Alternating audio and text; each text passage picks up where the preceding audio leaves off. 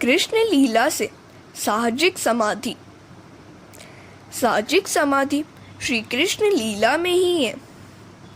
कृष्ण कथा और बांसुरी के श्रवण करते समय चाहे आंखें खुली ही क्यों न हो, समाधि लग ही जाती है।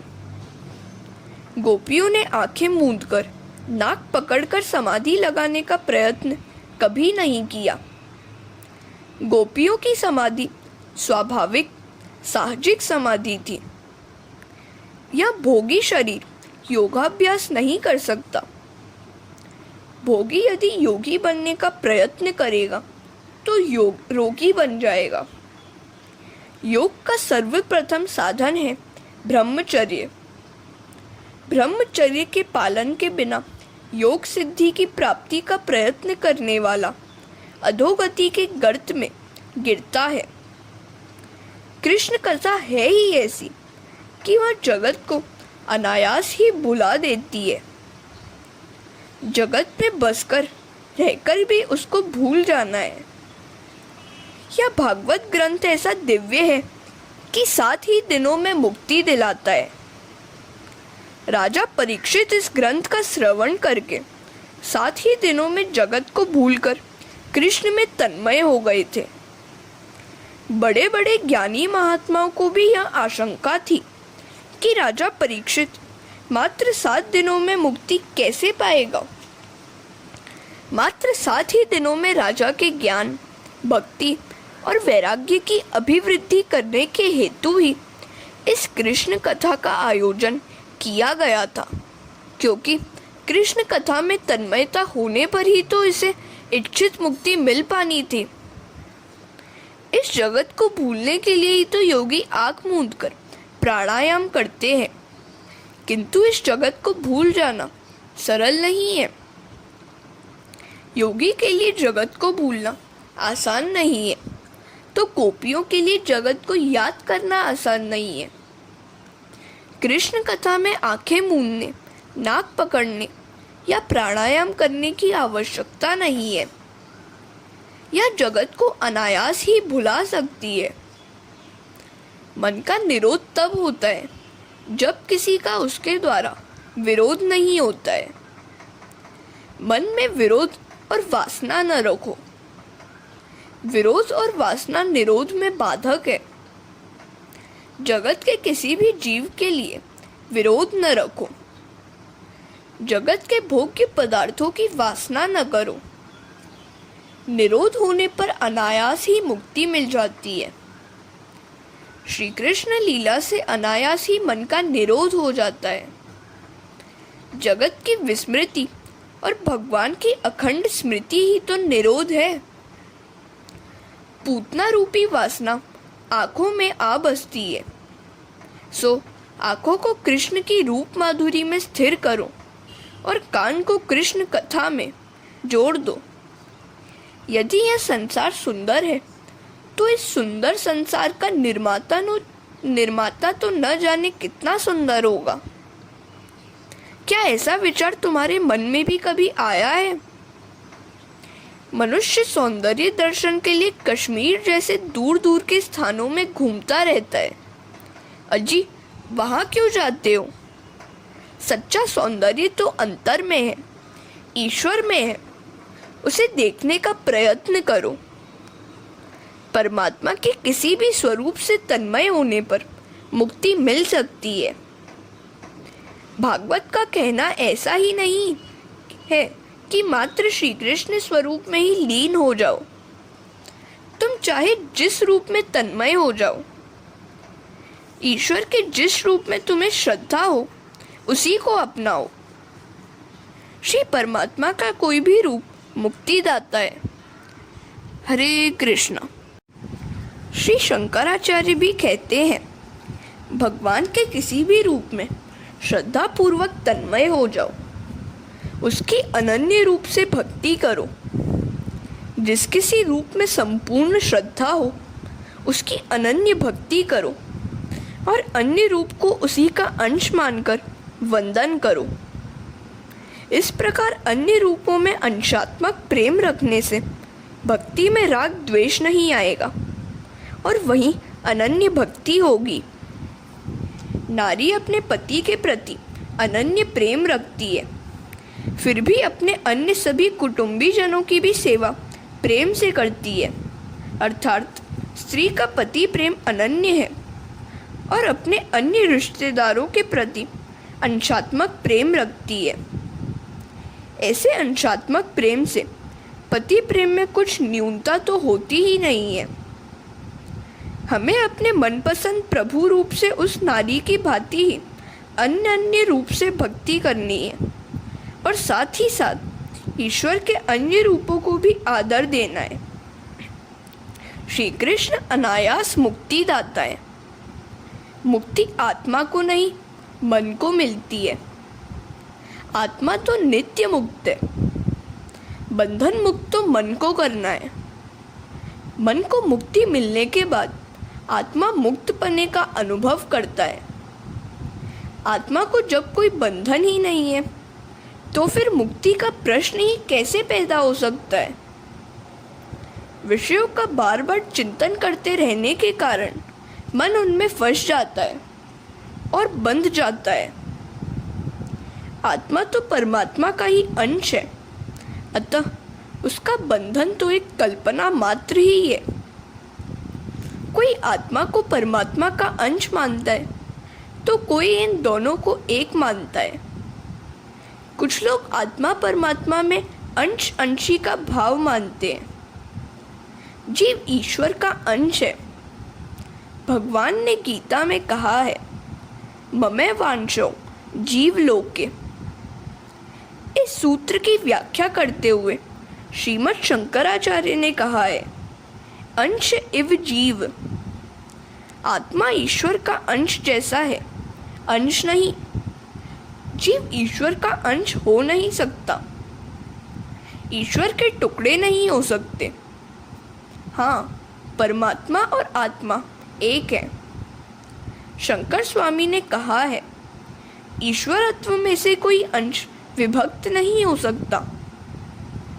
घड़े में समाया हुआ आकाश और बाहर का व्यापक आकाश एक ही तो है। फिर भी घट की उपाधि के कारण अंश अंशी भाव का आभास होता है। इसी तरह परमात्मा और जीव एक होते हुए भी अलग अलग दिखाई देते हैं। यदि गुलाब के फूल की एक पंखुड़ी हम काट दें तो वह फूल अखंड नहीं रहेगा, फूल का स्वरूप भंग हो जाएगा। किंतु ईश्वर नित्य होने के कारण वे तो अखंड ही रहेंगे। उपासना के हेतु अंशी और अंश के भेद किए गए हैं, किंतु तत्वतः दोनों एक ही हैं। व्यवहार में अंश अंशी भिन्न हो सकते हैं, तत्वतः नहीं। सागर बिंदुओं से बनता है, सागर बिंदु से नहीं। बिंदु सागर नहीं है। जीव ईश्वर रूप है। रामानुजाचार्य आदि संतों के अनुसार परमात्मा अंशी है और आत्मा अंश। कुछ आचार्यों के अनुसार जीव मुक्तावस्था में अंशी है और आबद्धावस्था में अंश। अंश अंशी के भेद को मानते हुए भी वे दोनों को एक ही मानते हैं। वल्लभाचार्य आदि वैष्णव आचार्यों का कहना है, जीव अंश जैसा नहीं, अंश ही है और ईश्वर अंशी है। ईश्वर सागर है और जीव जल बिंदु। सिंधु की विशाल जल राशि में से कुछ बिंदु निकाल लेने पर भी उसके स्वरूप में कोई परिवर्तन नहीं होता। इसी प्रकार जीव के अलग हो जाने पर ईश्वर के स्वरूप में कोई विकृति नहीं होती। हरे कृष्णा। भक्त पहले द्वैत का नाश करके अद्वैत की साधना करता है और फिर ईश्वर की सेवा करने के हेतु काल्पनिक द्वैत भाव रखता है। ये दोनों सिद्धांत सच्चे कहे जा सकते हैं। साधक को चाहिए कि इन सिद्धांतों के खंडन मंडन के पचड़े में न फंसे। मन को चाहे सो मानकर आगे बढ़ते चलो। यदि ईश्वर जीव का अंश है तो माया उसे कैसे बांध पाती है? माया न तो सत है और न असत। जब तक हम स्वप्न से जगे नहीं हैं, तब तक वहाँ सत्य ही होता है। जगने के बाद स्वप्न असत्य हो जाता है।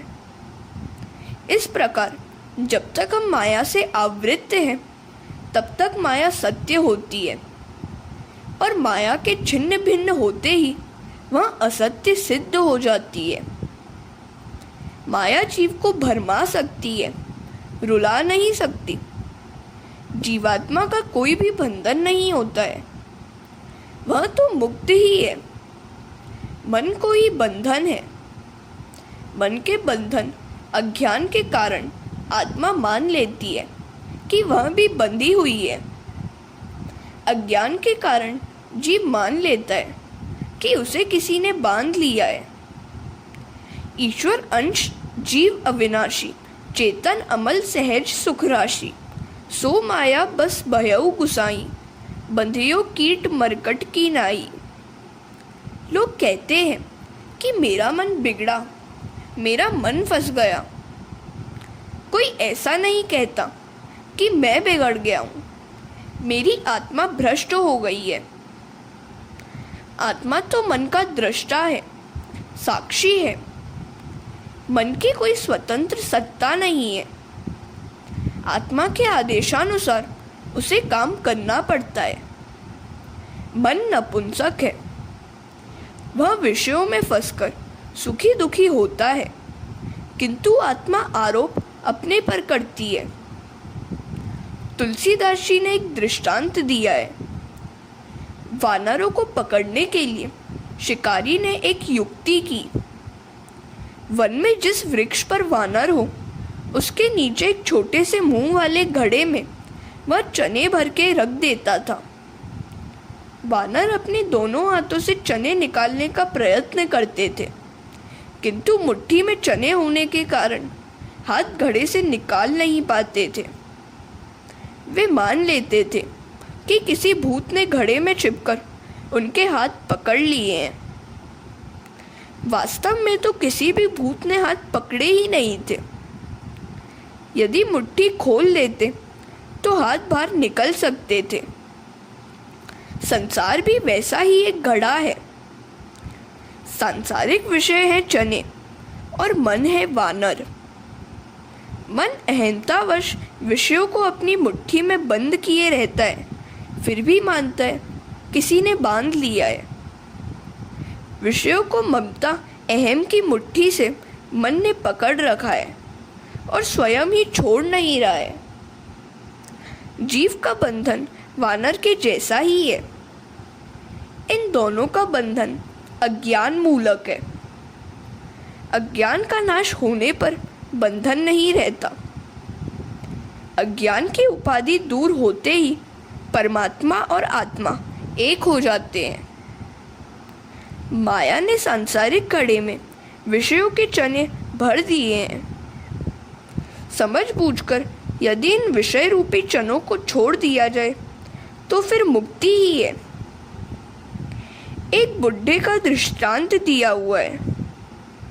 वह अपने पुत्र के घर भी पुत्र का जन्म हुआ, फिर भी घर छोड़कर वृंदावन या काशीवास करना नहीं चाहता था।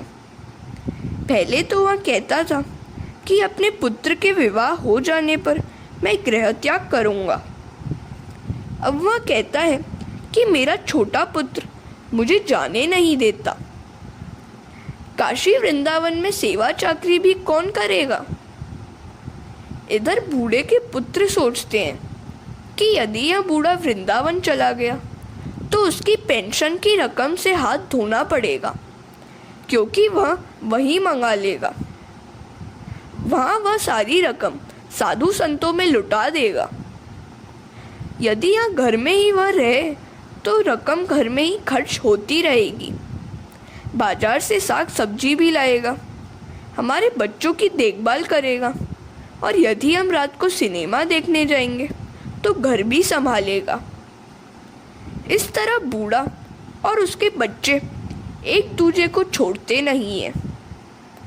दोनों की अपनी अपनी वासना है, अपने अपने स्वार्थ हैं। हरे कृष्णा। मन यदि विषयों में से हटकर ईश्वर का चिंतन करने लगे तो मुक्ति मिलती है। देहाध्यास छूटा और वृत्ति ब्रह्माकार हुई तो मुक्ति ही है। विषयों का ही चिंतन करने वाला मन अशुद्ध है, विषयों का चिंतन त्यागने वाला मन शुद्ध है। अनादिकाल से विषयों का चिंतन करते रहने की मन को आदत सी हो गई है। इसीलिए यदि यही मन श्री कृष्ण कथा का चिंतन, श्रवण, मनन करने लगे तो विषयों का विचार करने की आदत छूट सकती है।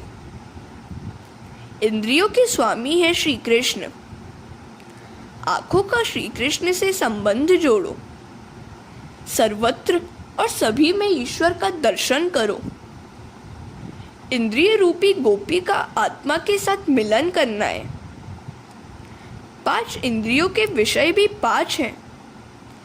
यदि इंद्रियां अपने अपने विषयों से अलग हो जाए तो आत्मा के साथ उनका मिलन होगा। इंद्रिय गोपी को प्रभु के साथ विवाहित कर दो। गोकुल लीला का तात्पर्य है गोपियों को जीते जी मुक्ति दिलाना।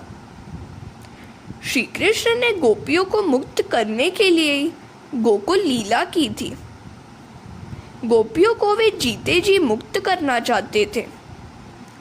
गोपियां चाहे अपने घर में रहे, उनका मन विचलित न हो, ऐसा उन्होंने किया।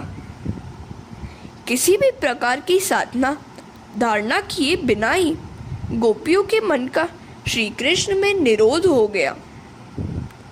गोपियों ने भक्ति मार्ग का आचरण किया था। महाप्रभु कहते हैं, मुझे नया कुछ भी नहीं कहना है, मैं तो गोपियों का मार्ग ही बतलाता हूँ। लौकिक रूप के प्रति जितनी आसक्ति है उतनी यदि भगवान में हो जाए तो संसार के बंधन छूट जाएंगे। श्री कृष्ण का सौंदर्य ही ऐसा है कि उसे देखने के बाद जगत का सौंदर्य सुहाता ही नहीं है। श्री कृष्ण अति सुंदर है, जगत सुंदर है, ऐसा मानने से काम दृष्टि पैदा होती है। श्री कृष्ण कथा में तन्मयता अनायास ही हो जाती है। परमात्मा हमारी सभी इंद्रियों को विषयों में से हटाकर अपनी ओर आकर्षित कर लेते हैं। जिसका मन मधु है उसी के घर का माखन कन्हैया ग्रहण करता है। भगवान से हमेशा प्रार्थना करते रहो, हे नाथ, मेरे मन को जड़ पदार्थों में से हटाकर अपनी ओर आकर्षित कर लीजिए। मन को तभी शांति मिलती है जबकि वह ईश्वर में स्थिर होता है। वेदांती मन को अर्धचेतन और अर्ध जड़ मानते हैं। संकल्प करने से मन हजारों मील दूर पहुंच जाएगा। मन का जब भी लय होगा, जड़ पदार्थ में नहीं, ईश्वर में ही लय होगा। वस्तु सजातीय वस्तु में ही घुल मिल सकती है। दूध में मिश्री मिल जाती है, पत्थर नहीं। संसार के सभी पदार्थ नाशवान है। जो क्षण क्षण सर रहा है, क्षीण होता जा रहा है, वही संसार है। यह मन ईश्वर में ही जाकर विलीन हो सकता है, अन्य किसी पदार्थ में नहीं। हे नाथ, मेरा मन सदा तुम्ही में लगा रहे। ईश्वर से मन का दूर होना ही बंधन है। ईश्वर के चरणों में मन रहना मुक्ति है। मन ईश्वर से दूर हो जाएगा तो बिगड़ जाएगा। भगवान की लीला का यही तात्पर्य है। गोपियां अपने मन में श्री कृष्ण को हमेशा बसाए रख रही हैं और कर गृहस्थी निभाती रही हैं। मन को मुक्त करना है, उसी का निरोध करना है, ईश्वर के साथ उसे एकाकार करना है। हरे कृष्णा। निवृत्ति के समय यदि मन में किसी भी वस्तु का विचार आए तो मान लो कि मन उसी में फंसा हुआ है, गोपियां तो निवृत्ति के समय श्री कृष्ण की लीला का श्रवण, कीर्तन, ध्यान करती थी।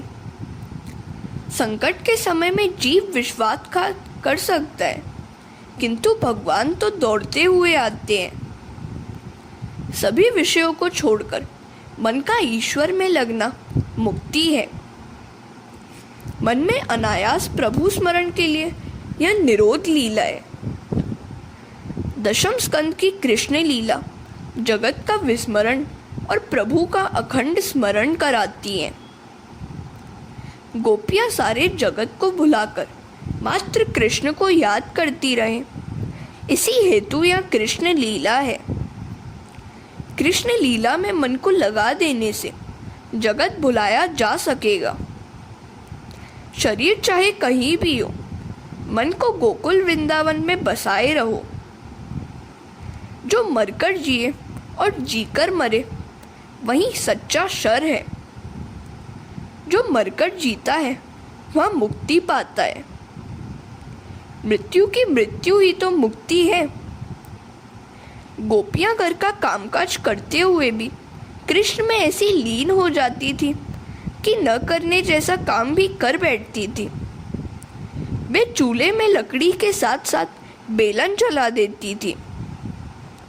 काल धक्के देकर निकाले और हमें रोते हुए संसार छोड़ना पड़े, इसकी अपेक्षा समय पर सावधान होकर समझ बूझकर जंजाल से मुक्त होना श्रेष्ठ है। बुद्धि परमात्मा को पकड़ नहीं पाती। नायमात्मा प्रवचनेन लभ्यो न मेधया न बहुना श्रुतेन। यमे वैश वृडुते तेन लभ्यस्त सियेषु आत्मा विवृडुते तनुश्याम। परमात्मा न तो वेदाध्ययन से मिलते हैं और न शास्त्र श्रवण या बुद्धि चातुर्य से। आत्मा जिस पुरुष पर कृपा करता है उसी को उसकी प्राप्ति होती है, अथवा जो उसे प्राप्त करना चाहता है उसे वह मिलता है। परमात्मा जिसे अपना मानकर अपनाते हैं उसी को वे मिलते हैं। अब आगे दामोदर लीला की बात भी आएगी। परमात्मा श्री कृष्ण परम प्रेम के स्वरूप है। सामान्य प्रेम और परम प्रेम में अंतर है। पुत्र, पत्नी, माता, पिता आदि के साथ जो प्रेम है वह सामान्य है। जगत के सभी पदार्थ और जीवों के प्रति जो निस्वार्थ प्रेम होता है वह है परम प्रेम। जीव बड़ा अयोग्य है, अपात्र है। वह मन से, आंखों से हमेशा पाप करता ही रहता है, फिर भी ईश्वर तो उससे प्रेम ही करते हैं। ईश्वर जीव से प्रेम करते हैं, उस पर प्रेम बरसाते हैं और उससे प्रेम की ही अपेक्षा करते हैं। वे प्रेम से ही वश में हो सकते हैं। वे धन से वश में नहीं होंगे क्योंकि वे स्वयं लक्ष्मीपति हैं। जब शारीरिक बल, द्रव्य बल, ज्ञान बल आदि सब हार जाते हैं तब प्रेम बल ही जीतता है। प्रेम बल सर्वश्रेष्ठ है। प्रेम बल परमात्मा को वश में करने का साधन है। कुछ लोग पूछते हैं, भाई परमात्मा से प्रेम किस प्रकार किया जा सकता है? घर के लोग हमें सुख सुविधा देते हैं, अतः हम उनसे प्रेम करते हैं। उसी प्रकार मान लो कि परमात्मा की कृपा से ही हम सुखी हैं।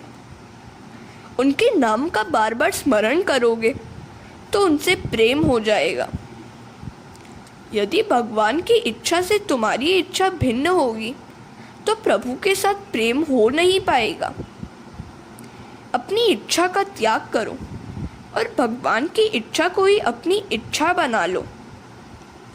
वैष्णव अपनी इच्छा को भगवान की इच्छा के साथ एक रूप करके उसमें लीन हो जाता है। हरे कृष्णा। महात्मा प्रभु को प्रेम से जीत लेते हैं। जीव पूर्णतः प्रेम करने लगे तो भगवान वश में हो जाते हैं। ऐसी प्रेम कथा का ही इस दामोदर लीला में वर्णन है। भागवत में जहाँ जहाँ एकदा शब्द का प्रयोग किया गया है वहाँ कोई न कोई विशिष्ट प्रसंग है। 9वें अध्याय के आरंभ में भी एकदा शब्द था। परीक्षित कृष्ण कथा से अभी तृप्त हुए नहीं है। वे अब भी बड़े विस्तार से सुनाने की प्रार्थना कर रहे हैं। सुखदेव जी वर्णन कर रहे हैं, राजन अब आगे सुनिए। गोपियों ने कन्हैया का नाम माखन चोर रख दिया तो यशोदा को यह बात अखरने लगी। वह अपने लाला से आग्रह करने लगी कि बाहर का नहीं, घर का माखन खाना अच्छा है। कन्हैया कहता है, मैं यदि घर का माखन खाने लगूं तो घर में माखन घट जाएगा। मैं तो बाहर से कमाकर ही खाना चाहता हूँ। अजी, स्वाद गोपियों के माखन में नहीं, प्रेम में था। मिठास प्रेम में होती है, वस्तु में नहीं। यशोदा जी ने सोचा, घर का कामकाज नौकर संभालते हैं, इसलिए शायद लाला को घर का माखन पसंद नहीं है और माखन की चोरी करता रहता है। आज मैं स्वयं दधी मंथन करके माखन बनाकर उसे खिलाऊंगी और तृप्त करूंगी। रामायण में कहा गया है कि राजा दशरथ चक्रवर्ती सम्राट थे और सेवकों की उनके यहाँ कोई कमी नहीं थी। फिर भी महारानी कौशल्या अपने हाथों ही भोजन बनाती थी। रसोई ठाकुर जी के लिए है। पानी बिगड़ा तो वाणी बिगड़ेगी, वाणी बिगड़ने पर वीर्य बिगड़ता है। वीर्य अर्थात जीवन। अन्न मन को बनाता है। आपको जिसके चरित्र में पूर्णतः विश्वास न हो उसे अपने रसोई में कभी ना आने दीजिए, और यदि वह रसोई घर में आ भी जाए तो अन्न जल दूषित होने न देना। एक दिन सभी नौकर घर के अन्य कामों में जुटे हुए थे तो यशोदा ने अपने ही हाथों दधी मंथन करके माखन बनाकर लाला को खिलाने की बात सोची। मेरा लाला फिर कभी बाहर का माखन खाने की इच्छा न करे, ऐसी उनकी चेष्टा थी। प्रातः काल में स्नानादि कार्यों से निवृत्त होकर पीला वस्त्र पहनकर यशोदा जी दधी मंथन के काम में लग गई। यशोदा जी कन्हैया के लिए यह सब कर रही थी, सो इस काम में भक्ति भी मिली हुई थी। हमें प्रत्येक व्यवहार को भक्तिमय बनाना है। घर में झाड़ू बुहारी करना भक्ति है, क्योंकि हमारा घर ठाकुर जी का ही तो है। यदि घर में कहीं कूड़ा कचरा होगा तो ठाकुर जी अप्रसन्न हो जाएंगे। भोजन बनाते भी जरा सोचा जाए कि ठाकुर जी खाने जा रहे हैं।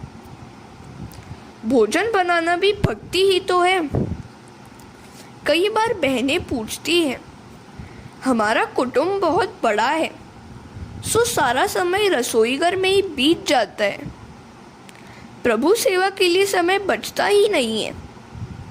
अरे, बड़ा कुटुंब तो अच्छे भाग्य वाले को ही मिलता है। घर के सभी लोगों को भगवान ही का रूप मानकर उनकी सेवा करते रहो। संसार सागर है और सांसारिक विषय दही। आरंभ में विषय मधुर होते हैं, अंत में कटु।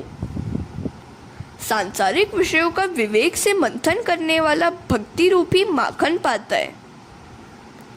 ऐसा प्रेम रूप भक्ति रूप माखन परमात्मा को अर्पण करें। परमात्मा प्रेम के सिवाय और कुछ भी नहीं मांगते। हरे कृष्णा।